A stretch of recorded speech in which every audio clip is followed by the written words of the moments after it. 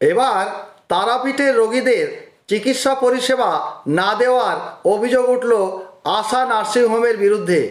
আজ সকালে বীরভূমের তারাপীঠ থানা এলাকা থেকে একটি রোগী এসেছিলেন রামপুরহাট শহরের আশা নার্সিংহোমে চিকিৎসা করানোর জন্য।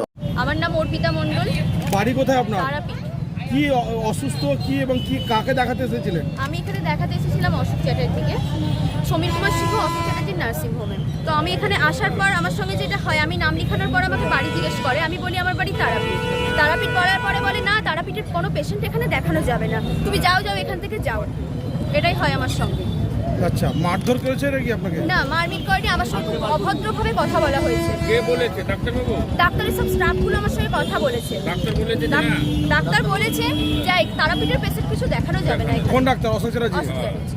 আর আপনি কাকে দেখাতে? অশোক চ্যাটার্জি না সমীর সিনহা? আমি সমীর কুমার সিংহকে দেখাতে এসেছিলাম। আচ্ছা, সেখানে অশোক চ্যাটার্জি বলছে এখানে তারাপীঠের পেশেন্ট দেখানো হবে না।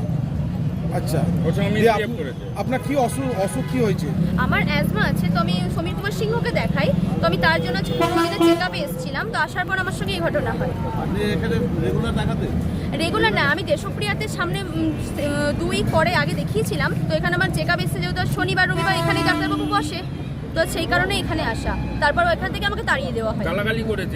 গালাগালি করেছে, প্রায় ধাক্কাধাক্কি হয়েছে আমার সঙ্গে, দিয়ে আমাকে এখান থেকে বের করে দিয়েছে।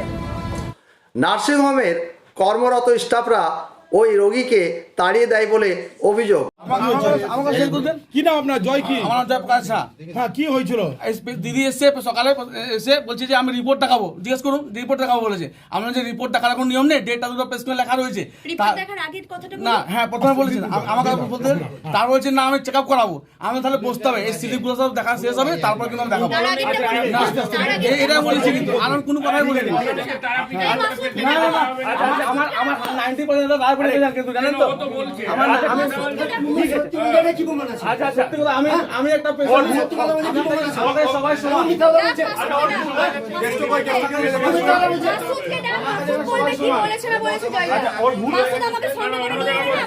আমি জানি না হিসাব, মানে আমাকে সবাই পেশেন্ট সমান।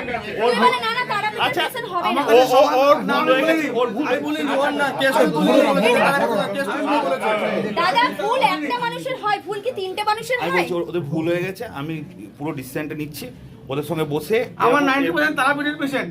এটা ডাক্তার যদি না।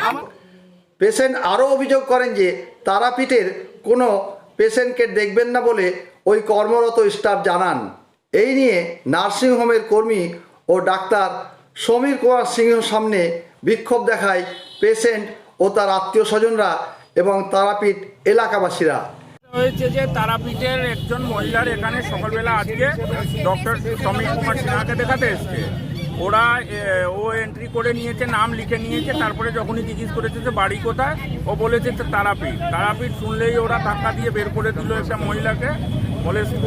বলছে না, তারাপীঠে কোনো ট্রিটমেন্ট করা যাবে না, তোমরা যাও গা মরোগা, আমরা কোনো ট্রিটমেন্ট করবো না তারাপীঠে। তার এগেনস্টে কিন্তু আমরা থানাতে এফআইআর করতে যাচ্ছি যে একটা ডক্টর কোনোভাবেই রিফিউজ করতে পারে না ট্রিটমেন্ট।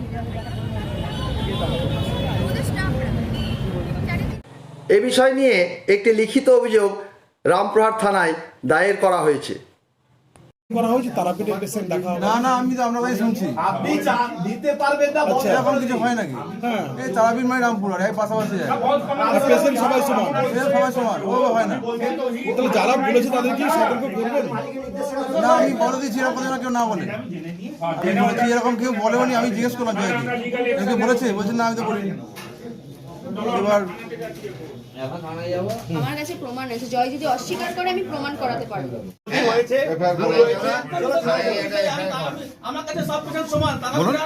ঠিক আছে, তাহলে আমরা একটা মিটিং করে যারা হয়েছে তাদের শাস্তি দেওয়া হবে, আর যদি না হয়েছে তাহলেও আমরা সাবধান করে দেবো এরকম কথা যেন কারো মুখ থেকে না বেরোয়। আপনি কি, আপনার কি নাম?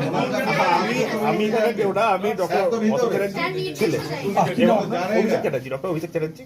ঠিক আছে, যদি এরকম কিছু হয়ে থাকে আমরা নিজেরা করবো, গ্রিভেন্স আমাদের কমিটি আছে, সেই গ্রিভেন্স কমিটিতে করে কমপ্লিটভাবে আমরা এটা সলভ করব এবং আপনাদের আপডেট